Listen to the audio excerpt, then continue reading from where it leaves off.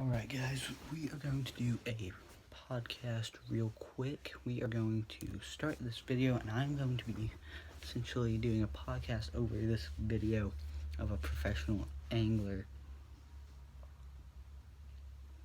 He's got off the spinning reel right now, so he's either fishing something light or he's fishing, I know this specific angler likes to fish shaky heads on a spinning reel, or if he's vertical jigging, he might use a spinning reel, because if you're doing that on a bait cast reel, that slack line is going to get in your reel and you don't want that. The thing about a bait cast reel is you got to keep the lines tight. That's why you hold it like this, and I'll show you with an actual reel at some point, and you're kind of pinch it so you can reel in the slack line. You don't have to always do that, but when you see you've got some slack line, you can do that to tighten that right up.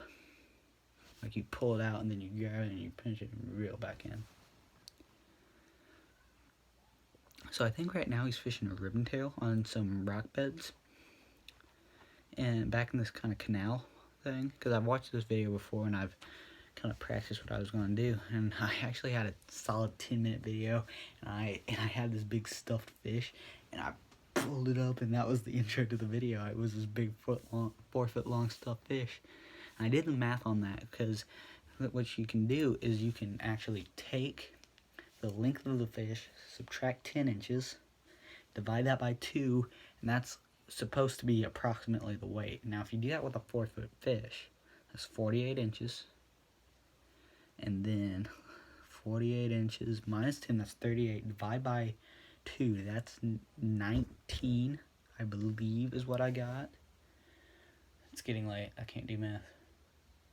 Yeah, that's right. Right? Yeah, it is 19 pounds. So that would be a 19-pound fish if you call it a 4-pound largemouth bass. This is an interesting technique. He's kind of like, he's not really popping it, but he's like slowly bringing it up, and then on a ribbon tail, which I fish a lot of ribbon tails, like my Motor Oil by Powerbait, most amazing lure I have ever fished. So yeah, I think that's a technique I might have to try, because he's fishing this rocks back in the canal, and I'm going to be fishing a lot of rocks in the 2020 season. Yeah, so oh yeah, and I forgot to mention, this is Dock Talk Part 2. I just edited in the title of the last one, MLF buys FLW. So yeah, that was a pretty cool video. Check that out. I don't know if I can put the link. I'll figure that out, and if I figure that out, I'll edit it into the description box below. Yeah, he's fishing back in the canal. There's some trees and stuff. Oh, there's some wood across from it. I fished a lot of wood last year when I should have been fishing grass, and I think that is probably one of the biggest problems why I didn't catch a lot of fish. And I tended to want to fish too fast, which is a big problem for beginning anglers, especially beginning tournament anglers like me. I did some tournaments last year. None of them went well. Like, I was in a bass tournament, and I believe it was in June or July, and it was a bass tournament, I think I mentioned, and I started catching white crappie, and I was just, that's a white crappie, that's a white crappie, that's another white crappie, and I was just rolling on white crappie, which hurt, because like I was doing so good, and I'm like, yo, wait a minute, I'm catching the wrong species. I think the key was the little slight flash.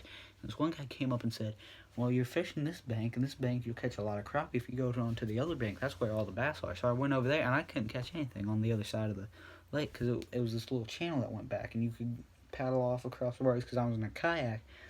And on that side, I was catching crappie on this one cove that I love to, or this one bank line that I love to fish. And I went and I would fish that, and I'd go back in this little cove, and there was this, like, amazing spot. Like, I called it the spot. Well, it wasn't really the spot after we like hammered them with the ribbon tail with Motor Oils another day out on the lake, and another spot that was harder to get to because it was farther away. It was at a different boat ramp you had to launch off of, which was a little more difficult to get to, and oh my. But oh yeah, that was great. So I called it like the spot on that bank, because so I went out and there was this little cove, and it had this fallen tree, and it had some rocks and some different, like some grass beds behind me, and like if the water is up, oh my god, that is the spot. If you find a spot like that, yo, check it out when the water's up.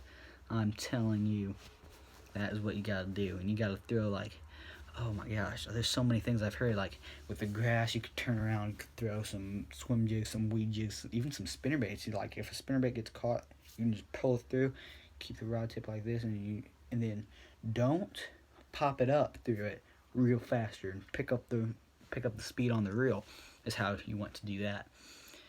And I've heard people that like to pop them like this instead of doing the reel like you would on a spinnerbait, but you pop it like you would for a lipless crankbait is how you would want to do that. Now that video is over, so we're gonna get rid of that. And yeah, so that's, and for now let's talk about the rocks. The rocks, I've heard you can fish crankbaits in rocks, which I tend to get snagged in rocks, but I like to fish kind of like a Texas rig and kind of over that and around those rocks, and you can fish some crawfish, some different creature baits, lots of soft plastics I like to use there, and I like to use jigs, and I would throw some weed jigs back in the grass and some stuff like that, but jigs and kind of pop it over the branches of that wooded cover.